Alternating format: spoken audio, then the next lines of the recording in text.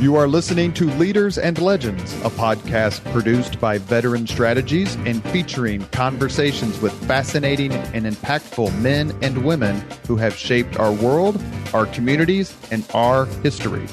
My name is Robert Vane, Principal of Veteran Strategies, and your host for our discussion. You are listening to Leaders and Legends, a podcast presented by Veteran Strategies, a local veteran public relations enterprise, and sponsored by Girl Scouts of Central Indiana, Garmond Construction, Leaders and Legends LLC, the Grand Hall and Conference Center at Historic Union Station, the McGinley's Golden Ace Inn, and McAllister Machinery, your friendly neighborhood Caterpillar dealer. You may find all your sales and rental equipment needs at McAllister.com. We are pleased to announce our podcast is now a member of the All Indiana Podcast Network in partnership with Wish TV. You may find Leaders and Legends at allindianapodcastnetwork.com. Thinking of starting a podcast or need to host a public meeting? Let Leaders and Legends LLC be your partner as you look for new ways to communicate your message. Please contact Chris Spangle and me at leadersandlegends.net. Thank you for joining us on the Leaders and Legends podcast. Our guest today is Paul Page. He is a graduate of the University of Tulsa, a veteran of the United States Army, a recipient of multiple Emmy Awards, and has a unique place in the history and tradition, not only of the Indianapolis Motor Speedway, but auto racing throughout the United States. Paul, thank you for coming on the podcast. Oh, it's great to be here. It's going to be fun. Well, it's an honor, to say the least. Your voice is... Stop it. Your voice, like Janie and Cowboy Bob and Sammy Terry, your voice is a big part of my childhood growing up in Indianapolis. Paul is best known for serving as the play-by-play commentator for the Indianapolis 500 for a total of 27 years across radio and television. He has written a delightful and witty book, which I have read, and it is delightful and witty, to say the least. It is one of the best trips down memory lane I've ever encountered. Good. And the book is titled, Hello, I'm Paul Page. It's race day in Indianapolis. So I want to make sure that we cover the book first because it's so terrific. Why now? What led you to writing this book? Well, once I did on television my last 500, which was 2004, I didn't have much to do, and so I started writing the book with the idea that my career was essentially over and I ought to start it. And then ESPN put me on the NHRA drag racing series, so there's 4 years. I'm not writing a book. And then the Speedway asked me to come back and be the host play-by-play on the radio network. So now it's 2016, and I still have these chapters laying out all over the place. And a friend of mine, John Elrod, it's J.R. Elrod in the title of the book, he contacted me one day. We went over the Rathskeller, and he said, I want to write your book. And he's just a really bright guy, a really nice guy, lawyer. But he wants to be a writer, and now I think he is very definitely a writer. So when he got going, that's several years ago. And so we just actually finished it in January, having convinced myself that, after doing the 100th race, I probably ought to walk away. So we did.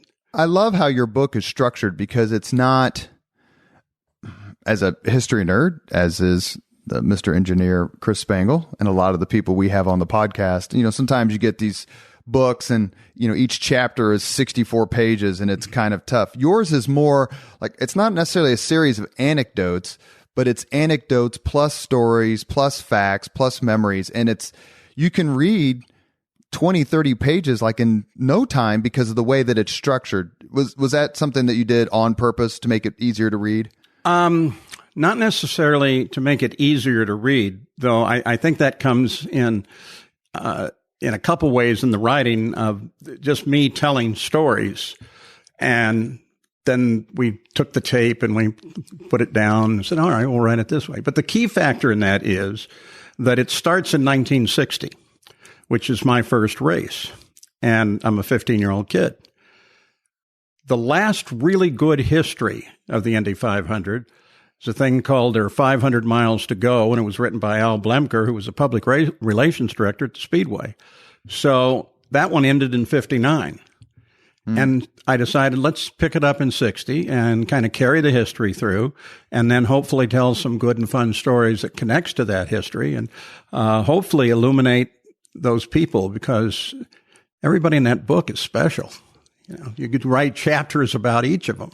And I like how in your book, you'll tell a story, and then you'll tell a story about racing or a race or a driver, and then you immediately come back like to the next year's race. You'll tell a story about 1963, and then the next part is a nice little section about the 64 race, which I want to ask you about specifically, because you say in the book that Eddie Sachs was your hero. He was. And did writing the book cause you to like laugh to yourself, like, oh my God, I forgot about that, or oh shoot, yeah, that's right? Yeah, it did. And we had to limit the pages. You know, the more pages you write, the more it costs to put the book out. So, having worked that direction, we overwrote it to start with. And I'm checking off all these things that are not in it, that are other stories, and then others that as you're writing one, you think, oh, you remember this happened on that Saturday kind of thing. And so there's probably another whole book of anecdotes there somewhere.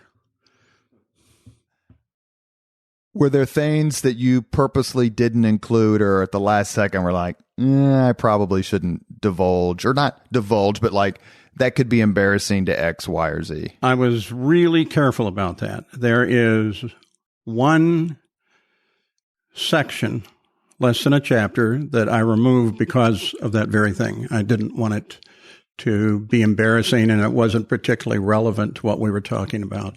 But that's the only one.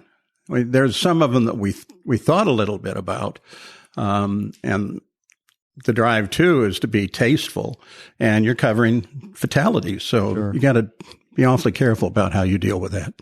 You get one of the things that comes through the book, and it's something that I've asked other people who related to the Speedway whom I've interviewed, whether it's Johnny Rutherford or Al Unser Jr., Donald Davidson, Jim Voiles, all friends of yours, obviously. It's as opposed to other sports, is it more difficult for you to get close to drivers because you are close to so many of them, given what can happen on any given moment? No.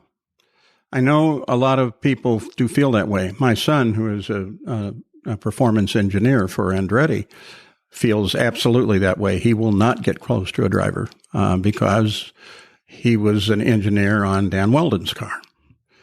So, it's a community, it's a family. And when I started, I just was in the family, and that just continued on. Nothing ever drove me away. A couple of things made me think twice about what was going on. And like behind the scenes, I might make a safety suggestion or something.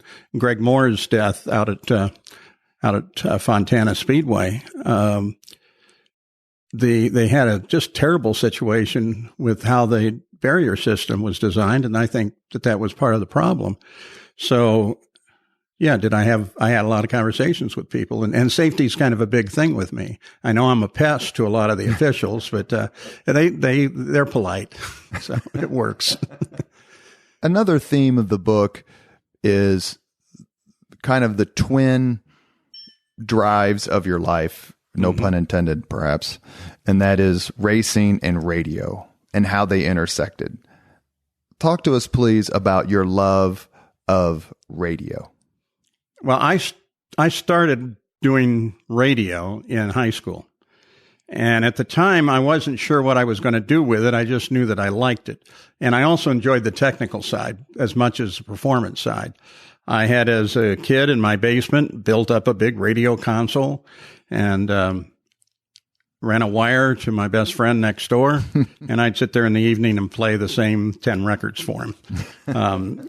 So I like both aspects, and I'm thinking, well, maybe I could be a disc jockey. And I then went to this senior high school deal that they had at Waukegan at WKRS Radio up there. And it was for students, and it was teaching us more how to be journalists. And so I just totally suckered into that. Now, when I ended up in Indianapolis, I had to disc jockey, but my successes in that are non-existent. I worked at WAIV, the old fine arts station, where I did a jazz program called Jazz Flight 805. Some remnants of that still exist in the city. And then I went to a station that hired me, and 20 days later announced that they were going automation. So, so finally I end up walking into WIBC, and Fred Heckman, there, the news director, hired me. It seems quaint, almost, radio does these days compared to how powerful it was. Is that something that you are a little bit wistful about, how much radio has changed? I mean, WIBC just announced they're not there anymore. They're gone. That frequency is gone. I'm sad, one, that it just doesn't have its power, but that was inevitable. But I am sad that in that same process, the nature of radio changed so many ways. And we don't have anymore the really clever disc jockey like a Chuck Riley. Mm-hmm. I mean, we got really good people working now, and they're good, they're funny, but like Chuck had this amazing class to him. And there are a number of them like that you probably wouldn't like today, I guess would be the real answer, but I like being part of it. You were still in radio when WKRP in Cincinnati was on television. Yeah. Did that hit home for you? Oh, yeah. Absolutely. Les Nessman was Fred Heckman. And his description of the turkeys falling from the sky, which, of course, was the exact words that were used for the Hindenburg, that reminded me of a lot of people in our building and things that we did. I had once, when President Nixon was going to resign, I was in the news department at WIBC and working with Lou Palmer and the other guys. And Fred, great guy, terrific news director, but when something big hit, he's like wandering all over the newsroom with paper in his hand. And Lou and I look at each other and we say, this, I don't know what we're going to do about it, but he's going to be in the way. So I think it all over and I make a few arrangements, and then I walk into his office and I shut the door and I looked at him very seriously. Shutting the door was a substantial move alone. And I said, Fred, you're the news director of one of the most important and prestigious radio stations in the country. Your place is in Washington. I had the plane waiting. Bill Hudnut was in Congress at the time. I called his office, set it all up, and we didn't have Fred for 4 days, and the president resigned, and everything worked pretty well. I guess we should say that we are recording this podcast on the 47th anniversary of Nixon's resignation. Yeah, we are. Racing and radio were so intertwined when I was a kid growing up. I was born in 1967, so that 70s era. Mm-hmm. Did you always want to combine the two? You mean television and radio?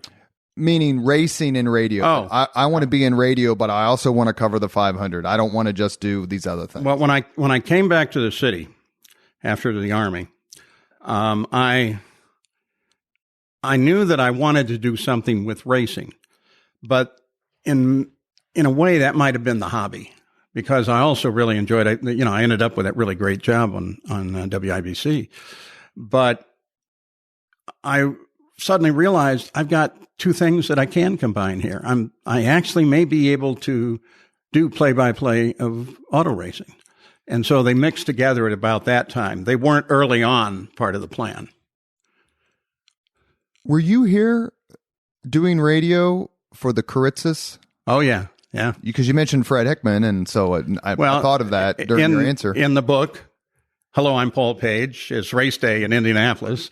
We talk about that because I was downtown right in front of the old FBI building on Pennsylvania and waiting for a couple of my buddies to come out.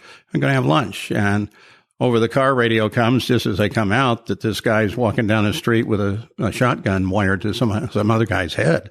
So being there with the Bureau, I followed it all the way out to the far west side to the homes that he went into and stayed for several days. So I was definitely part of it. I would lay up on the roof of our building with the FBI snipers so I could kind of know what was going on. I could hear their radio. We didn't have their frequency. So, and then when he finally decides to come in and give it all up, he's going to make a statement. And that was cool. And he did. And then they take him down a side hallway off to my left. I thought, I wonder what they're doing. So, curiosity journalism. So I run around the building thinking maybe the patio door might be not shaded or something. And Karitsa steps out the door with a shotgun. And I like digging in heels trying to get stopped. And he fired the shotgun into the air. Yeah. And it was an arrangement that they made, but they certainly didn't tell me or I wouldn't have been there. We had Richard Hall on the podcast. Quite a guy. And it was a fascinating interview. He was very open, said that the only time that he really got upset, besides being scared, was when they cheered Karitsas' acquittal. Yes. At a Pacers game. Yeah. Which he was attending. That's not good. No. I've been with him a couple times. He was in charge of a Sigma Chi national convention here. And we used to do these little demonstration races at the Speedway with 4 to 6 cars. And so he and I had to plan this little race for all the people that were in town. And super guy, really a neat guy. And a terrific interview. I loved how forthcoming he was. You mentioned your military service. I wanted to ask you about that in a few minutes, but we can just bring it up now because one of the things that comes through in your book and doing other research is that you went to 12 different schools as basically an itinerant Army brat. Yep. And I've got the report cards, mostly with D's, to prove it. I was a military brat. And then, of course, that was an era when you either were going to get drafted or needed to join. So I didn't really want to get drafted because when you were drafted in those days, you were put in a line company, and so you're cannon fodder. So I didn't want that. So like our friend and former podcast guest, Sammy Davis. Oh yeah, Sammy. I know he's a good friend. He's one of my best friends. Yeah, he's a great man. Yeah, he really is. He really is. Did you enjoy your time in the service? I think I did. I have said to a number of people, I think basic training was really fun. So I've obviously blanked a lot of stuff out. I didn't have a lot of. Where would you go? Fort Knox, Kentucky. That's where I went. Yeah, did you? Yes, sir. And at the time, that was still the tank center. Well, it was for some time after that. That's 1965. And I loved when the tanks were on the night range, falling to sleep to the boom of their cannons because it was almost like thunder. Yeah. We had the old World War II barracks. That's what we. Oh yeah, yeah. There were a bunch of them up when I went down there. When did you go in? January of 1987. Okay, and they still had the old open bay, World War II. Wow. We were in one of the new modern buildings, but they were actually, when I was at Knox, they were burning down some of those old temporary structures because they might have gotten a flu bug or something in one of them, and their answer was just burn it down. Don't try to clean it up. Oh, that's interesting. I didn't know. I'd never heard that before. Yeah. Your radio career started when, and when did you start at WIBC? Oh, I'm really terrible on dates. My radio career essentially started in 1964, kind of, because it wasn't suddenly it's there. It was a kind of roll into it situation. And the second half of that question. When did you start at WIBC? Twice. I started in 1965. Right. And then after I came back out of the Army, 1970 1969, 1970 at IBC. I've been doing a bunch of other stuff. Did you ever consider? I was a broadcast journalist in the military, Were you? In the Army. Yeah, I was at Harrison? Dinfos. Yeah, I taught there. Yeah. Okay. Did you ever think about doing that, like being a journalist in the military? To this day, I think about that. The more I get away from the military, but in the book, you'll find out I have a lot of military friends and a lot of naval aviators. And I always enjoyed the regiment, at least. The regiment in the military was good for me. So there was a point, actually, when I thought, I'll just stay in, because I wasn't sure what was out there. And thankfully, I didn't. Your first race is in 77 as the announcer. First as the play-by-play. Play-by-play, yes. It came about through some circumstances, and we don't want to. Well, I mean, they're facts. They're facts of life. Sid Collins, who originated the voice of the 500, and to me is the only voice of the 500, though the network made you use the moniker. He had some terrible problems with his movement, and he thought he had a bad foot, and none of his doctors were giving him good information. He just wasn't satisfied with what they were saying, so he went to the Mayo Clinic in 1st of April in 77, and they told him that he had amyotrophic lateral sclerosis, Lou Gehrig's disease, and that devastated him. And he started talking suicide almost immediately. And there were like 4 of us that were his friends, and we tried to watch him all the time. The psychiatrist said if he starts talking about committing suicide and says, I'm going to shoot myself, you say, oh, that'll be messy. Be matter of fact and straight up. And nobody expected that he would do what he did, but the morning before the annual radio network breakfast was when you got together for the first time in May. He decided he'd had enough, and he hung himself. And 2 of us, when we arrived, we found him, and that was pretty devastating. And for a number of reasons, I just lost an incredible friend. But also, he had intended during the 77 race to call the first half and then turn it over to me. So none of that happened. But Sid he's iconic. He was unbelievable what he pulled together. What he did was really not possible when he did it. What do you mean? Well, just from a technical point of view, we're seriously in the vacuum tube days in 1952, and there are no satellites. And to be able to do it, you had to have an engineer with you at each of the turn positions who had his own panel, and then that had to come in on hardwire lines. And there aren't enough people to do it. There aren't enough announcers at WIBC, which radio station, to do it. So he reached out to the other stations. He said, come on, let's all do this together.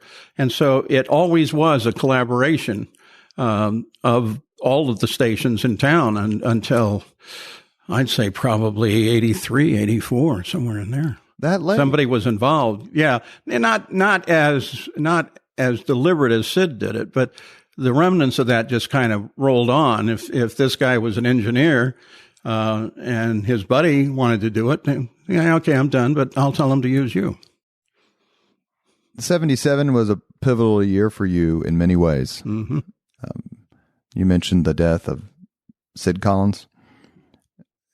You call your first race as the lead announcer, the voice. Right. It's in probably one of the top 5 most famous races of all time. Yeah. Because A.J. Foyt wins his 4th when John Cox's engine dies or he has problems. What was that like, calling Foyt's 4th? You can hear like Jim McKay from the ABC, how he called it. But for you, like, I'm announcing history. Well, obviously that's there. That's always there. One of the things that all of us say is you can't make a mistake on the Indy 500 broadcast in radio when it was the exclusive, which was up until 87. because you can't correct it. You have to wait a year to correct it. It's got to be dead right when you do it. And that's serious with me. So, in that race, John Cock is challenging Foyt. Well, as again, a hobby pursuit, I am doing parts washing and stuff at Gordon John Cock's shop, George Bignotti Racing, Patrick Racing. And so I'm kind of, wow, man, the guy that I know pretty well might win this 500. And I felt a little conflict there. And when finally the crankshaft broke and he came off of 4 spewing oil and stuff, I did have a moment of, but I realized I can't do that. Fortunately, Turn 4 was talking at the time. When that, to me, of that race, the most iconic image, and maybe, I'm not going to speak for all fans, but I think for a lot of fans, is the ride around the track with Tony Holman, who was clearly sick, ill, and AJ Foyt. There's always the joke that Foyt was his favorite driver. Mm-hmm. Do you remember that moment? And did you get a chance to talk to either one of them about that moment? I've never talked to AJ about it. I did talk to Tony a little bit about it, and that was just, AJ was part of the family as far as Tony was concerned, Mr. Holman. And he was just so happy. I mean, he was very, very happy about that. And there's a photograph. I didn't include it in the book, but there's a photograph from that day where one of our engineers, John Royer, is down at the end of the pits, and so is Tony. It's during the race. And John offers him some headphones to listen to the radio network. And so there's this wonderful picture of Mr. Holman with a broad grin on his face enjoying the radio network. And that made it special for me. You are listening to Leaders and Legends, a podcast presented by Veteran Strategies, a local veteran public relations enterprise, and sponsored by Girl Scouts of Central Indiana, Garmond Construction, Leaders and Legends, LLC, the Grand Hall and Conference Center at Historic Union Station, the McGinley's Golden Ace Inn, and McAllister Machinery, your friendly neighborhood Caterpillar dealer. Our guest today is Paul Page, the voice of the Indianapolis 500 and author of Hello, I'm Paul Page. It's race day in Indianapolis, which of course I can't say as well as you can. It's race day in Indianapolis. Was part of the opening moniker. Perfect. Is there a particular Hoosier leader or legend you admire? Well, this guy is a legend, though he passed. My real mentor, while we're changing homes and homes, I always got to come back to Indianapolis during the summer and live with my great uncle Harry Geisel, who was a major American League Baseball umpire. He umpired 3 World Series and 2 All-Star games, and he was on the plate when Lou Gehrig and Babe Ruth and all of the... Really? And at that time, the teams, the umpires, and everybody traveled by train. So there was always something going on, a party, and Uncle Harry would tell me about all that.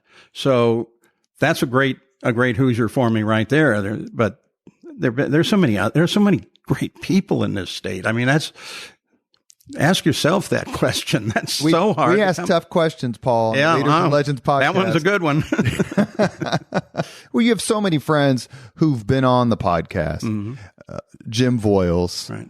Robin Miller, Mark Miles, Allison Millangton, Donald Davidson. That's a pretty good Alan lineup. Jr., Johnny Rutherford. I mean, you've interacted with all those. And do you take something from all these people, from all these leaders and what they've done for this city, the state, and the sport? Yes, every single one of those names, especially guys like Mark Miles. I mean, I don't think anybody has a clue of how much he does behind the scenes and how he was getting things to happen even before Mr. Penske bought the place. What I take from most of them, 2 things. From Roger, if I call him today, he will call me back before the end of the day. That's the way he works. It's going to happen. It's not, nothing gets brushed aside. So I learned that. And then from Mark, just watching him deal with other people and just the way he presented and things that he would say in such a wonderfully precise way that there wasn't really any question about what he was saying to you. Where a lot of people, they're kind of vague, they dance around and everything. Mark is always to the point. To me, I've said this on other podcasts, he is the most impressive person, certainly of his generation. I'll go with that. Yeah, I'll go with that. And it's amazing, and it's no accident.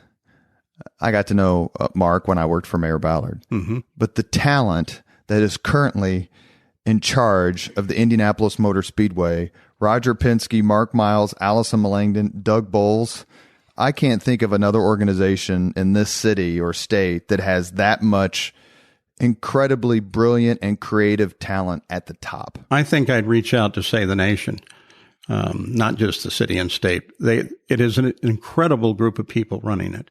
And each of them has their own different personality and bring different elements to it. But fortunately, they all fold together very well. And, Penske, I don't think we would have gotten the television deal for next year that they got with NBC if it hadn't been for Roger, because the best impression was that TV deal was going to go away. And it comes back with a much better deal than it was before. Roger, a lot like Mr. Holman was. And Mr. Holman could pick up the phone and call somebody, call a CEO of some company and say, hey, I need you to do this, and it would get done. Roger is capable of doing the same thing. He's got so many contacts, so many places that he can pick that phone up and call the president of Chevrolet or whatever and say, I need you to send 20 cars down here. Okay, they're on the way. Yeah, I would want to be on the other side of the negotiating table from with Roger either Penske. One of those two. Maybe if Kissinger was on my side, but that'd be about it. The other one there, of course, is Doug Bowles, who is the absolutely perfect promoter. Terrific. He loves racing. He has always loved racing. And so he's the right guy. And last year, with no people in the track, he walks across the street where a bunch of people were trying to watch the big screen from across the street, across 16th, and hung out with them. I love that. And one of the things that I brought up in the podcast with Doug and Mark, and of course, we'd love to have Mr. Penske on, even though I'd be nervous as hell, to say the least. So if you're listening, Mr. Penske, come intimidate me on the Leaders and Legends podcast, is how I have a son who's 20.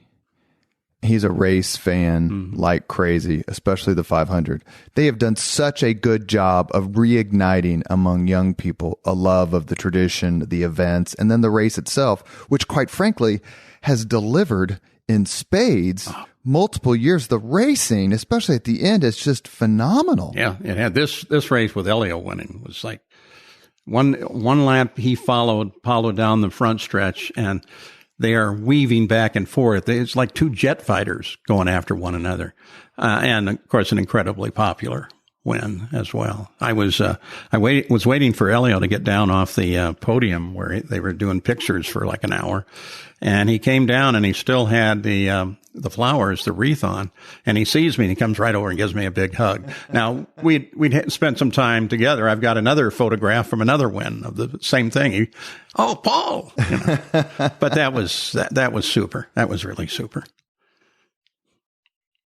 I want to ask you several questions about individual races, but before we do that, it would be remiss of me not to ask the final question about 1977 and the helicopter crash you were in, which I remember as a kid.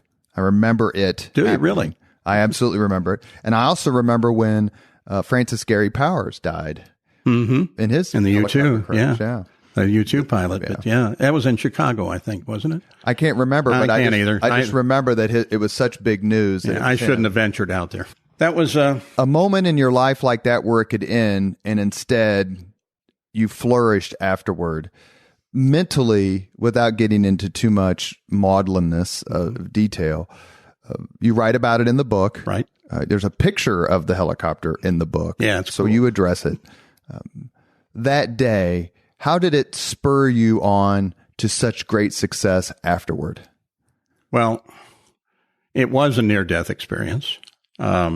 everybody kind of downplayed for PR reasons how bad it really was. In my case, my left leg and ankle were up alongside my knee when I finally got to look at it, and big compound fracture. And it was bad.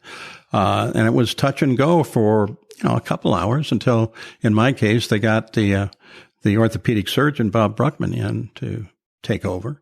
And it was the days they didn't have what they have today, all the fixtures and plates and all that. And so he put me back together. And, that started me thinking about, am I really doing with this life what I should be doing? Cause I'd been kind of on cruise control. I'd gotten, I hit that height. I kind of finished up. I did the Indy 500. And so it really got me thinking about relationships with people and charities and things that I just ought to go out and find. I wasn't really curious for that year. And suddenly I realized you need to start getting involved in everything you can, grab the moment. And that's where I went. It seemed to me in reading about it, a lot of the details I didn't remember. Speedway was in the news a lot for quite a few years, whether it was Burger Chef or you're right, or the bomber, Brett Kimberlin. Yeah. Is it how close you came to hitting the high school, which would have changed the entire narrative of the story? Was there a particular moment as we move on that was most frightening to you? No. What happened was a gear in the pinion shaft at the base of the main rotor, the gear that connected the main rotor to the engine, disintegrated. And so we're flying and we hear this big crack, and we're over the speedway, the north end of the speedway at the time. And pilot and I looked at each other, and then another crack. And then I realized I'm looking at the tip of the rotor blade and it's not moving. So, that famed auto rotation, we don't have any of it. In fact, I think in the book, I say we were a homesick brick. Yes, I think that's right. But the serious side of that I didn't get that much into was that I'm looking at a high school, and I really thought we were going to hit on top of it. I was not thinking about death or anything. I was just, this is a matter of fact, we're going down and we might hit that school. Luck had it that the helicopter traveled just beyond that, and we hit on the track of the football field. So we missed the school, and it was a pretty good crash in the fact that there's a fire station about 200 yards away who saw it and came over right away. But I never particularly reacted, if this is what you're asking, with any fear. I wasn't afraid of anything. All of that, surgeries and everything, just matter of fact, is you're going one thing to the other. And the next time you went up, did you feel somewhat, in a way, like the race car driver who gets back in the car, in the cockpit, after some horrible crash? I think you could make that analogy. I just wanted to get back in a helicopter. I just wanted to get back flying. I'm a terrible aviation nut. And I think my family thought, oh, he's not going to get in an aircraft anymore. And I think it was 3 months later, I was back in the WIBC helicopter as a guest. And you name an aircraft, and I've probably flown in it, or, I really enjoy it, or flown it. So, yeah. That is very race car driver-ish. Maybe. What's your favorite race movie? Turbo, since I'm in it. No. That's called a layup. Yeah, no. Actually, Le Mans is the best film I've ever seen done on racing. And second would be Grand Prix with Jim Garner. Who was a huge 500 fan. Yeah. Huge. Oh, he drove the pace car several times. He did, and he'd hang out in the old timers room, and that's when the whole motel was there, and there was a swimming pool at the motel. So quite often after twilight, we'd all go over and sit around the pool, and because everybody that was anybody in racing was staying in that motel, and you'd see Jim coming back, just walking. He got a bag of McDonald's in his hand, heading for his room. He was plain as dirt. He was just a good man. And that was actually operated by Jim Dora Sr. And I know you know the correct. Dora family. Yeah. Jim Dora Jr. hired me for my first job out of the Army in March of 1987 as a front desk clerk, and now I sit on the board of directors of their company. That's cool. Isn't that cool? It's a nice journey. It's a terrific family, and Jim Dora Sr.'s contributions to Indianapolis are legendary. I don't know if it's clear on the pictures that are in the book, but Jim Dora and C.B. Smith, his partner, sponsored me in my Formula Ford race car. I didn't know that. I don't know if Jim Dora Jr. knows that. I'll have to tell him. It was carrying a Holiday Inn on it. And in fact, CB bought, then they didn't really exist, a really nice motor coach, a GMC motor coach, so he could go around to the races. And so and Jim, they both were, they were nice people. Before we get into some other parts of your career and some favorite races and kind of some rapid fire questions I want to ask you, this is something I've asked other guests, and that is, when was your pinch yourself moment?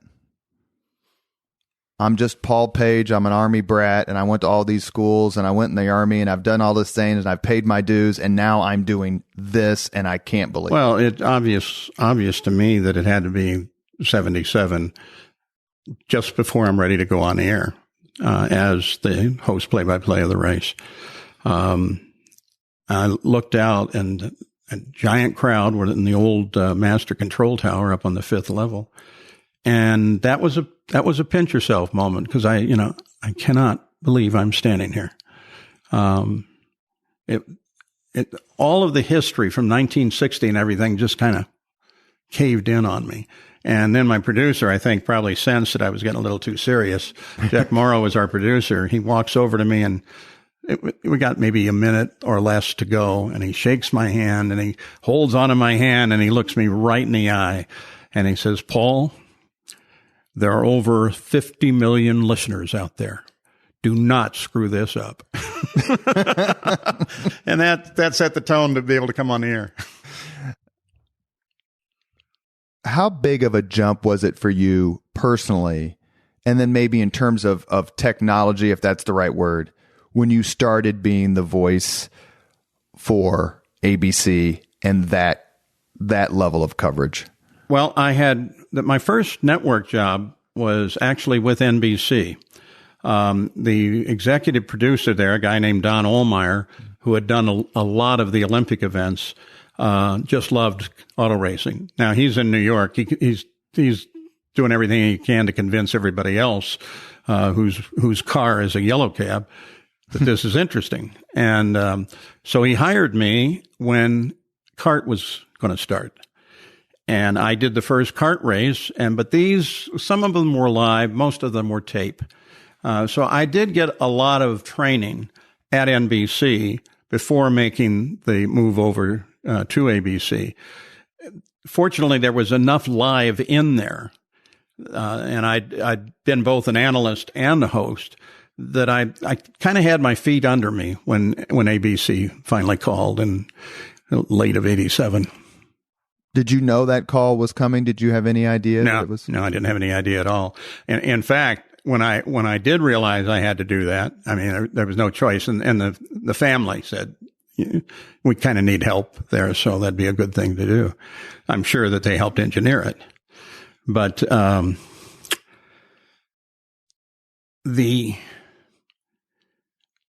that transition itself, not difficult, but NBC never had an event on race day. So I could do NBC and then I could do the 500. I remember one year actually getting on a plane the next morning. If the race had gone a second day, this might have been an issue, and flying to Budapest to do a bunch of different events in Hungary. So those were fun days when you did a lot of different stuff. And for part of that, there was Johnny Rutherford with me, and then later Bobby Unser. We were all at NBC before Bobby and I went over to ABC. 1977, your radio gig, you announce A.J. Foyt's fourth victory. Yep. 1987, your television gig, you announce Al Unser Sr.'s fourth victory after, I think, Mario Andretti led 185, 187. He dominated that race. And then, so Did you kind of laugh at the symmetry between the two? Yeah, there's some karma there. I did. I absolutely did. It's and there are other similar situations for me. I might be on a more personal level, but yeah, you look and say, "Whoa, this happened 10 years ago, exactly this way, and pretty much here." Exactly. What I was thinking when I was doing the research was not only that particular coincidence, but the fact that Mario wrote the intro, the foreword for your book. Was it, which means, I mean, obviously that there's a close connection there. Yeah, he's a bud. Was it? Of course, we'd love to have Mr. Andretti on the Leaders and Legends podcast too, just FYI. Anyway, is it hard not to be a fan, or does the professionalism take over? 1987, you're announcing the race. Mario, I'm looking at my notes. Mario led 170 laps and lost. Were you announcing it with something in your heart going, I simply cannot believe it? No, by then I'd learned to tune that part out. After especially 77, and it really was 77. I realized I've got to be 1 foot away from the whole thing. So, that's, from then on, it was totally professional in what I did in the booth, not necessarily what I do out on the track and around and hanging with my friends. Is there a type of racing you have not covered? That's a great question. I've covered Supercross. I've covered World Championship bicycles. I've covered MotoGP. I've covered sprint cars. I've covered midgets. I've covered Formula One. I've covered NHRA drag racing. I've covered the stock cars in several different iterations, and of course the Indy cars in their current iteration. Oh yeah, there's a few of them out there. I probably can think of more, but that's just the fun times. In the book, in the back, there's a list of like everything that I did. And one of them being the Arcata to Ferndale Kinetic Sculpture Race, which... Say that again, please. The Arcata, California to Ferndale Kinetic Sculpture Race. What is... I don't even want to go into it. It never made the air. But it was fun to be there. And then, of course, the Nathan's hot dog eating contest. I was just getting ready to say that. You made the Nathan's hot dog eating contest sound like the Mears John Cock duel in 1982. What was it like covering that? I mean, were you just kind of like, I can't believe I'm doing this? When they first called me and told me that they'd like me to do it, I didn't quite understand really what they were saying. To everything. Oh yeah, sure. Because you really had to do it. Sure. You're not going to say no. And it took me about 2 hours to call back through the right people to say, what is this? What are we doing? And it turned out to be so much fun. And, everything that you do in that is tongue in cheek.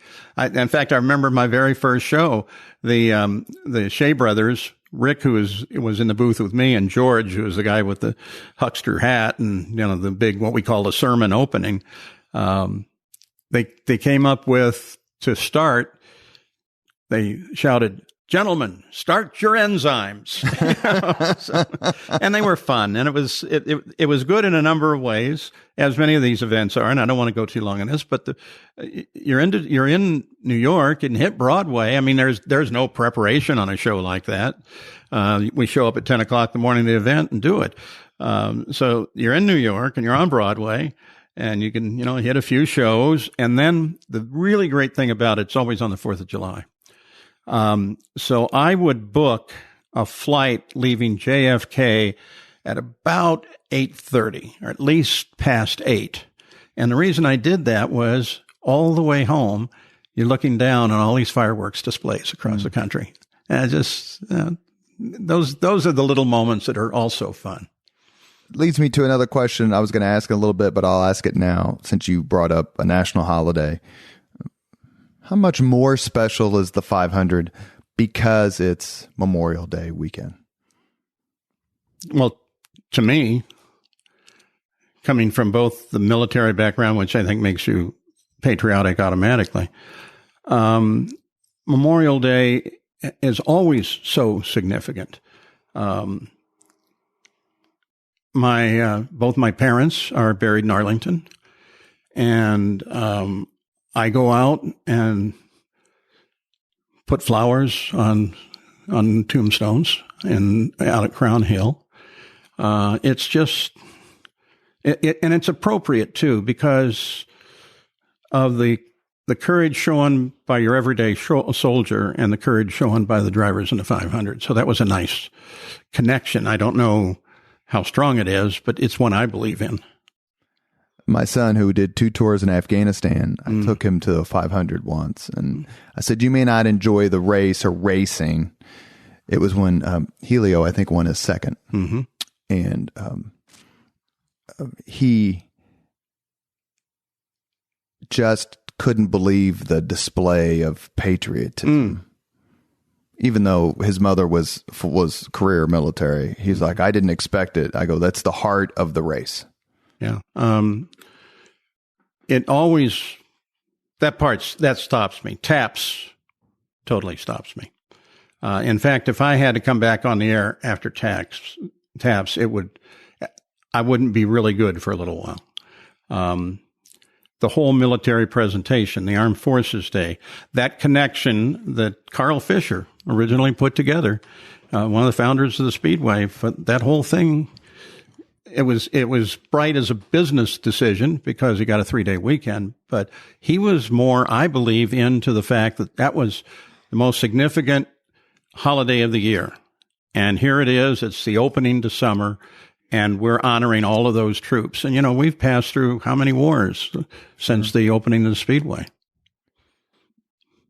Fast forward to, we talked a lot about 70s and 80s, but in the 90s, there was a split. It was rancorous and it was debilitating. How did you handle that as a journalist and a fan of the race and racing? There was a lot of pressure on me from both sides. The network made the decision for the first year that I should do both IndyCar and kart. And that was an impossible situation just on a personal level, because people would come up to you and, why do you favor the other guy? And then that group would come up and say, why do you favor that guy? My approach to it, and I said it to many people when they tried to slide some sort of political message into it, I said, look, I'm here to cover a race. Now, if you can figure out how to get that message on the track during the race, I'll cover it. But I really don't care. Well, I cared a lot because it was hurting a lot of people. It really hurt a good many people, but my job was either one. My job's to make it interesting and fun. So that's what I tried to do. In the mid-90s, there was another big event at the Speedway, and that was the inaugural Brickyard 400. What was your take on them wanting to do a NASCAR race? I was so against it. I was a Mr. Tony Holman guy. This is for one race a year. This place was built for that. Carl Fisher said as much when he founded it. So I was like, oh no. And then when I got assigned to it, and I'd done some other NASCAR events, and I really liked guys like Dale Earnhardt and the NASCAR guys of that time. My producer, Bob Goodrich, even said to me as we were maybe a day or two before the race, when we were coming in, he says, don't you get a totally different vibe coming in here now? It's not special. And well, it's a totally different vibe, and it's special in that it's progress. And I got assigned to be the host and do some play-by-play on that, and I enjoyed that a lot.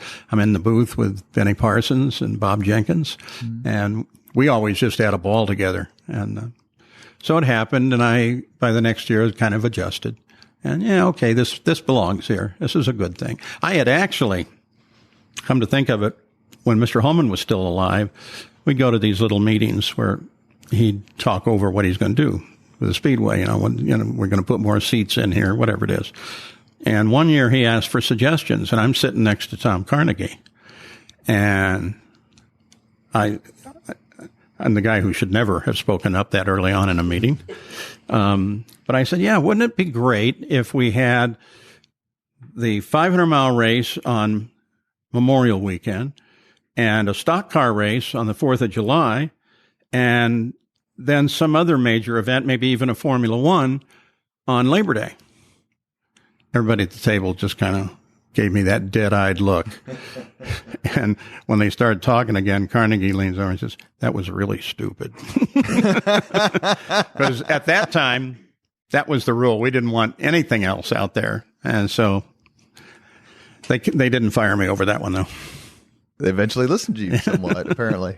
I wanted to ask you about some broadcast /500 legends. Mm-hmm. And I might as well not bury the lead and ask you about Tom Carnegie. Oh. Tom Carnegie was magic. Tom Carnegie, he goes back into post World War II in his involvement at the Speedway. And there is no one who will ever do PA the way Tom did it. And it came off so casually, but Tom was really very studied at it. I would sit and talk to Tom about different things I'm doing and things that he's doing. And he started letting me in on some of his little secrets. Like he told me one time, you know what I do if the race is getting kind of boring? I'll just suddenly say, "Where's Mario?" And the crowd will be on their feet and everything. I know Mario's on the back stretch, but it was fun. And is it 64 or 67 with Foyt? Where is he? Where is he? That was, and the way he delivered, he taught me a lesson in that less is more. That I carried on to a number of races, including Unser Jr. and Fittipaldi, where I just, for the last 10 laps, gave the lap number. There's 6 miles to go, that kind of stuff. But he was a master at it. He'd lay out these lines, just as simple as it's a new track record. And then he shut up and let the moment live. And that's what I think I learned most from Tom, was to allow that to happen. Plus, he had a beautiful voice. Oh, what a great baritone. His voice is just so... It's like John Facenda. Yeah. The NFL Films there you go. Announcer. Mm-hmm. Jim McKay. Okay. Did you get to talk to him? Did you get to be friends with him? Not all that much. When television gets to the track, even in the Jim McKay days, you're pretty much immersed. Your chance of going out and just sitting down and talking with somebody is pretty slim. But I sat with him a couple of times on the pit wall when they were waiting to do a take or something during practice. And he was fascinating. And he was a storyteller, which I tried to emulate. And I don't want to sit there and hear statistics at me. This guy did this on this lap 4 years ago. No, I want to know who that guy is. And McKay was a master at that. Interesting, his son is Sean McManus. Mm-hmm. Sean McManus was a spotter for me at the first Caesars Palace Grand Prix because he worked at NBC.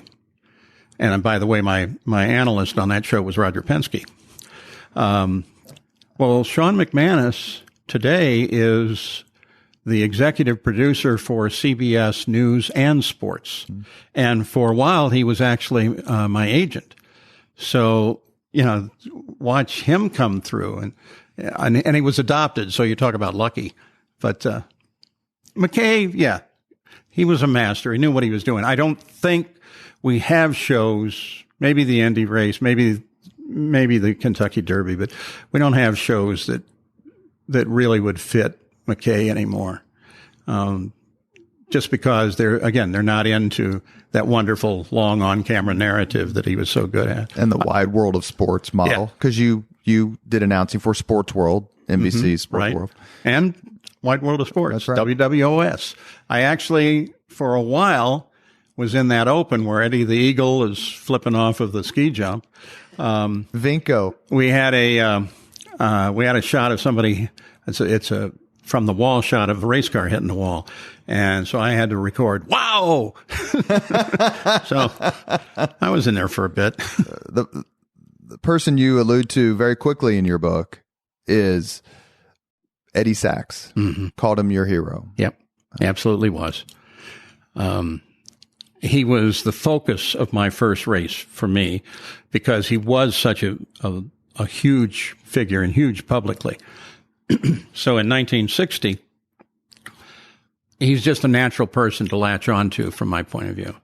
And I loved his antics. And even though I'm just arriving and racing for the first time, I know a lot about him and that he's a fun guy that apparently knew absolutely nothing about racing, but he was there. He was like John Cox the same way. You ask them what that car is doing and they don't have a clue, but I'll drive it really fast for you.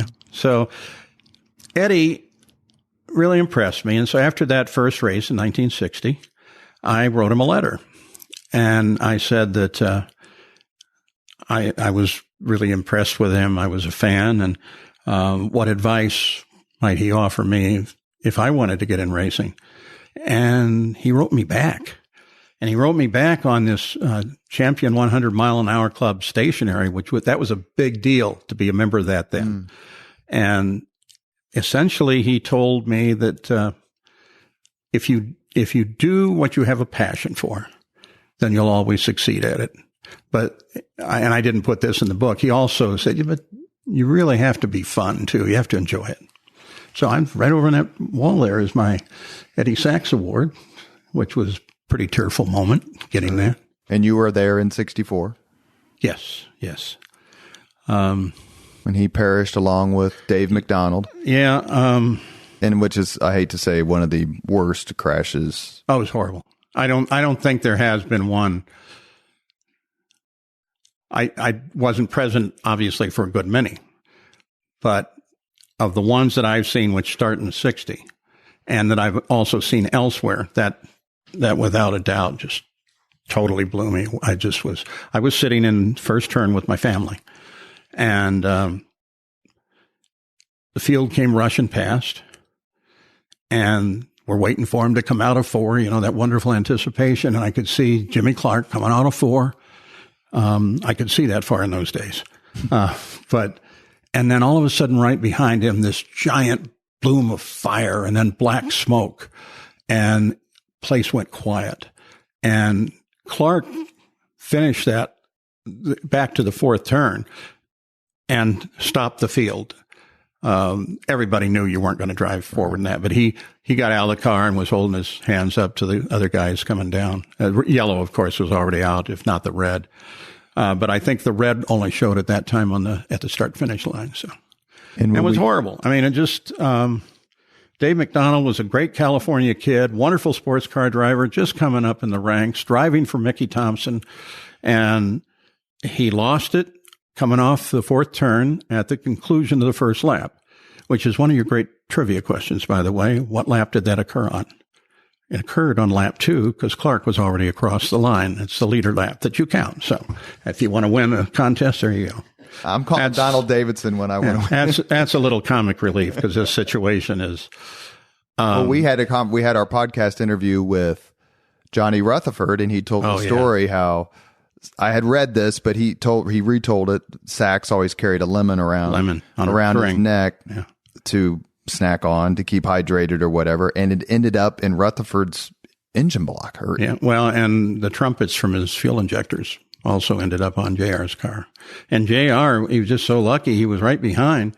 And when Eddie hit, it lifted the back end of his car way up in the air, and Rutherford believes he passed under it, which is pretty likely. So it was a long wait. The crowd was just dead quiet. And that gave us too much time to think about what we just saw. And I was watching a documentary, and Jim Phillippe, a famous Indianapolis Motor Speedway icon, said that's where you just look away. Mm-hmm. Yeah. Oh, yeah. You run in, especially if you're doing this professionally, there's things that you look at and you say, Dale Earnhardt's crash at Daytona, everybody was, it's just a little crash. Yeah. But the turning moment in that crash, I was like, that's really bad. And it turned out to be really bad.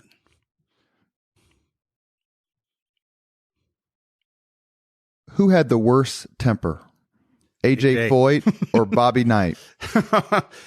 AJ, by far, and I've interviewed Bobby Knight, so I know both of them. No, AJ, hands down, he's the best temper in the world. That sounds like a compliment.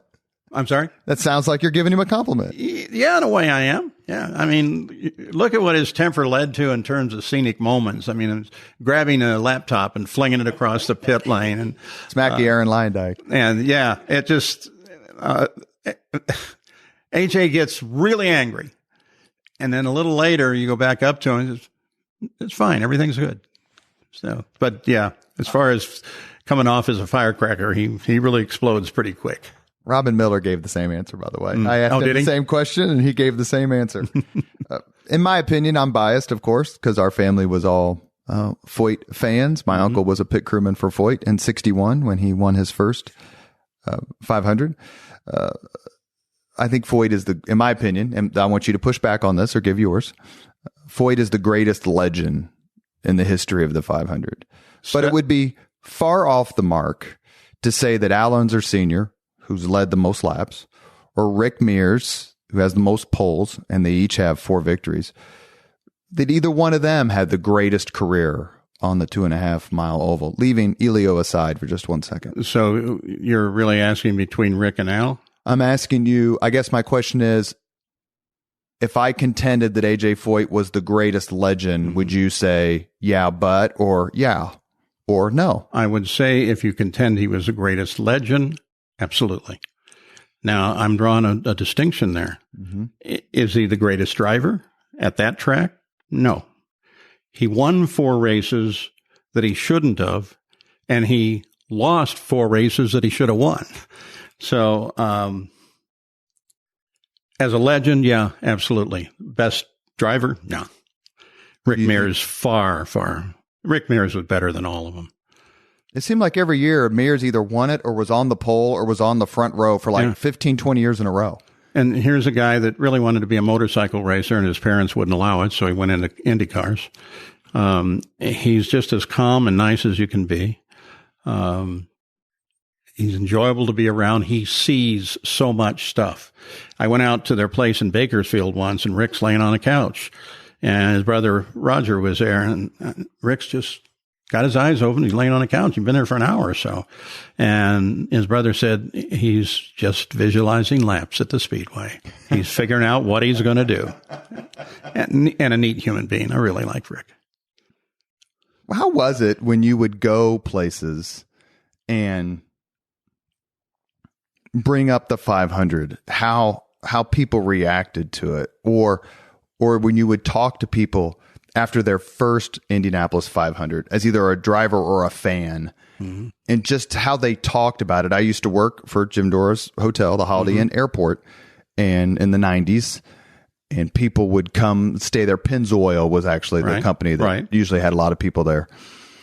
And you would talk to the people as they're checking in and say, is this your first 500? And for the people who said yes, I would always say, I'll be here Sunday night. Just let me know. Let me know. That's good. And it was there wide-eyed, like they couldn't believe what they had experienced. Mm-hmm.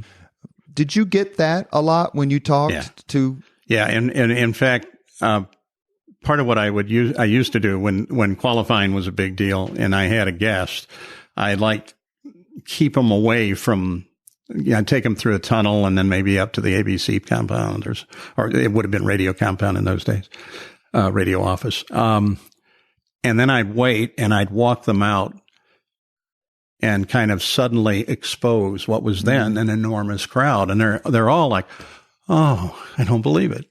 So, there's another side to that. And I touch on it in the book, though my co-author didn't want to touch it as deeply as I did. It's truly a global event. I mean, I'm in Moscow and I'm introduced as Indianapolis guy and 4 or 5 of them, oh, Indianapolis, that happened everywhere in the world. I was actually in a place in northern Australia, a little, by the sea, wonderful little village. And I'm talking to my wife. We're standing at a bus stop. And some guy says, that's Paul Page. Really? Here? So my voice, I think, can get me in a lot of trouble sometimes, too. Favorite driver who never won the 500? Or you could say best driver who never won the 500. Either one. I've thought about this a couple different times, and I really can't come up with the straight up answer. I guess I really go back in history and think that probably Jimmy Bryan would fit that mold. And modern day drivers, I don't know. I'd have to go way back to find that guy. Do you have somebody in mind? Michael Andretti would be the first name that came to mind.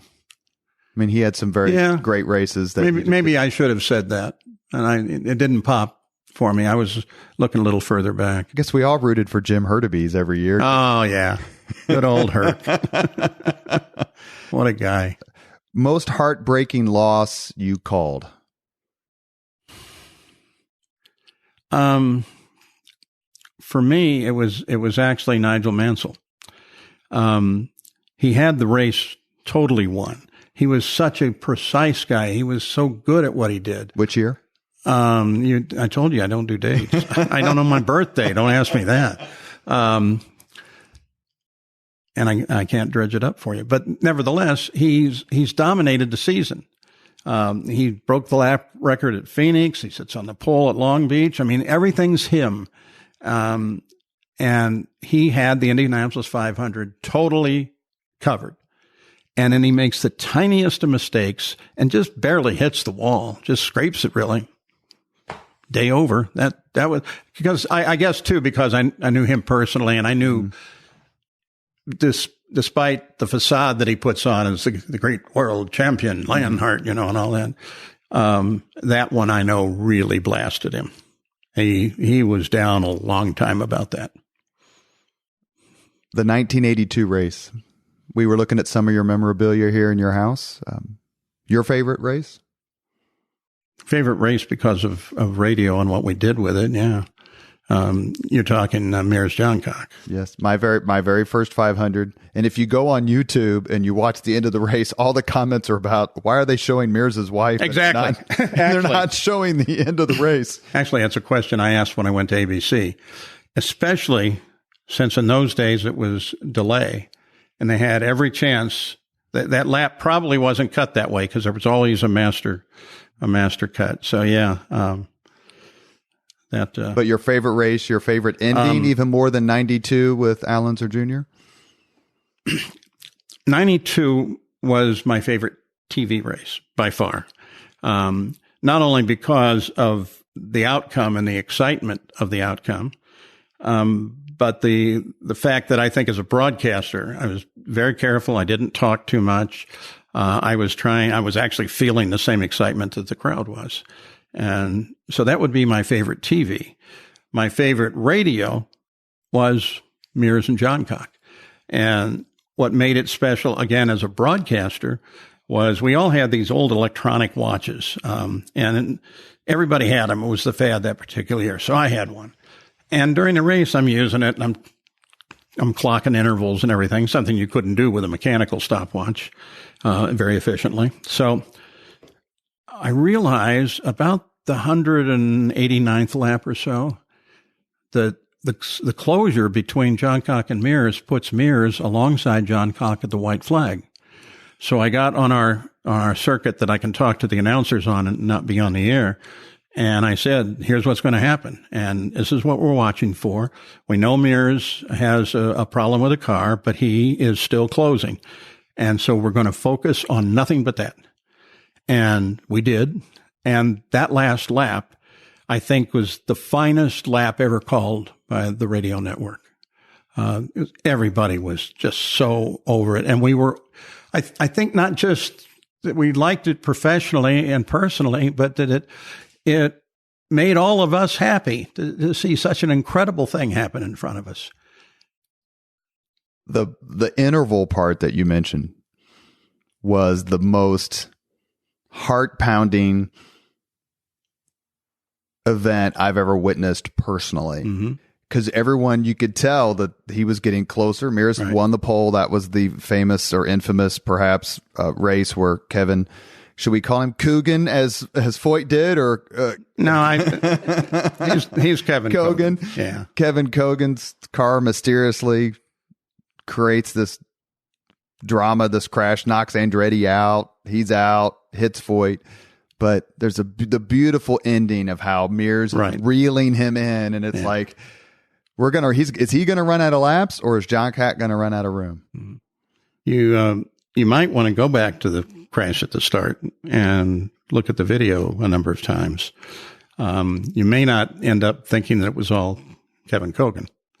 Of course, when Foyt went after him, that pretty much cemented it. It was his fault no matter what happened. But that was screwy. And Andretti went after him, called him a child, or that's what happens when you have these children. A lot of things went on, including that car was covered and never seen again. So did it have a mechanical? Why'd they get that car why didn't they have it in the garage so you could see it? Everybody else did, you'd walk by at the end of the race and you'd see him. Mario was, almost in the first row before the flag came out. So a lot of little things that happened at once there. Go back and take a look at the videotape. Let me know what. We have reached the point in the Leaders and Legends podcast where we ask the same 5 questions of all of our guests. Our guest today is Paul Page, voice of the Indianapolis 500, author of Hello, I'm Paul Page. And it's race day in Indianapolis. What was your first job? At all? At all. I was a busboy. I was in 8th grade, and I was a busboy at the Officers Club at Fort Sheridan, Illinois. What was your first concert? Believe it or not, the Beatles here. Oh, you're kidding. Yeah. Mark Miles, when we had him on, he wasn't at that concert, but he lived in that neighborhood, and the Beatles drove right down his street. Yeah. On the way to the concert. Well, they were at the motel at the track. Yeah. So that was, that was the totally crazy day where the girls were just screaming all the time. And I'm sitting, I actually conned my way backstage, and I can't hear them because the crowd is so noisy. But yeah, that was my first concert. I'm a big Moody Blues fan, though, as a number of us are. You and Mr. Bill Benner? Mr. Benner, yeah. If you could suggest any book for someone to read, which book would you recommend? Hello, I'm Paul Page. Actually, to get a really good sense of the race, John Orowitz just finished a good book called The Indy Split. It's well thought out and studied, and it talks about the split. I recommend that book because it does give you an understanding of that period, and it's so well rehearsed or so well researched. Mm-hmm. I would really recommend that people go back and find that book, 500 Miles to Go by Al Blemker. And at the same time, Gentlemen Start Your Engines by Wilbur Shaw. Those kind of set the tone for the golden era, which to me is still going on as a golden era. Robin and I argued about this once, that the golden era was the Roadsters when we were there early on. But then because he had done that, one year I went around and I asked people, what's golden era? And I asking kids and everything. Golden era is the one they're in. And so that, there you go. If you could witness any event in history, be there in person as it happens, which event would you choose? You're really good.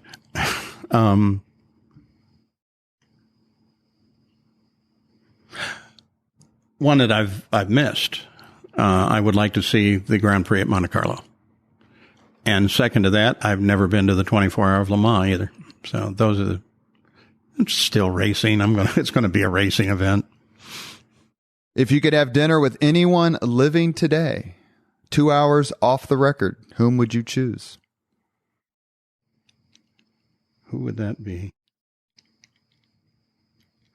I guess it would be Penske. Off the record and candid.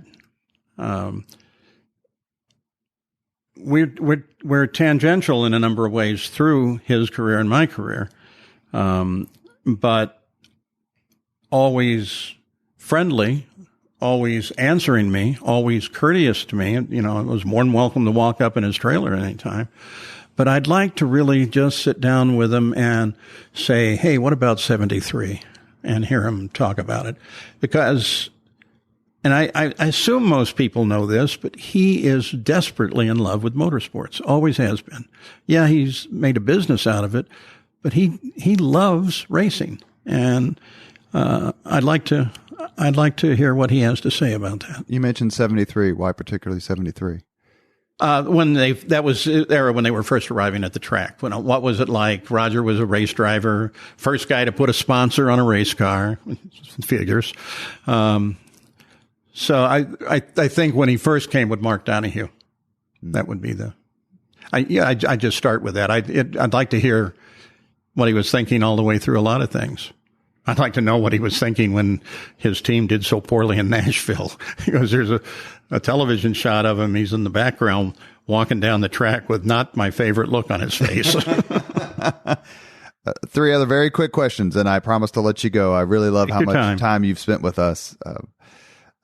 I mentioned a name a few minutes ago, or a few minutes before we started the podcast, and I want to mention it again because he comes from one of the best Eastside families there is. And he and my brother Michael were truant together for the month of May for several years of high school. Good on him. And that is Scott Roembke. Oh, yeah. Scott, I guess Scott's primary claim to fame on the record as a truck driver for when I first ran into him was with Ray Hall. But he's so funny. And you ask him a question, you know, here he is. He's a member of the crew.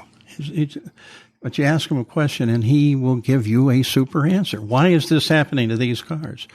And he'd just go away. And he was always funny, always good to see him coming down the road. Is there a 500 you wish you would have announced? Yeah, 1911. I would have been a killer. Is that when Ray Haroon invented the... That was pretty much it, yeah. Invented the rearview mirror. And a last question before we let you go. Who was your most favorite celebrity you saw at the Speedway? Oh, there you did it again, as I've seen a lot of celebrities there. I don't know if this counts, so I'll give you 2 of them. Paul Newman certainly was very big when he arrived, and always was big the whole time he was there. And then the other one would be Jim Gardner, of course, because he's just so friendly. And then actually, Yeager, the general who broke the sound barrier, who used to also come hang around the old timers room. He's a celebrity, and he was just awesome.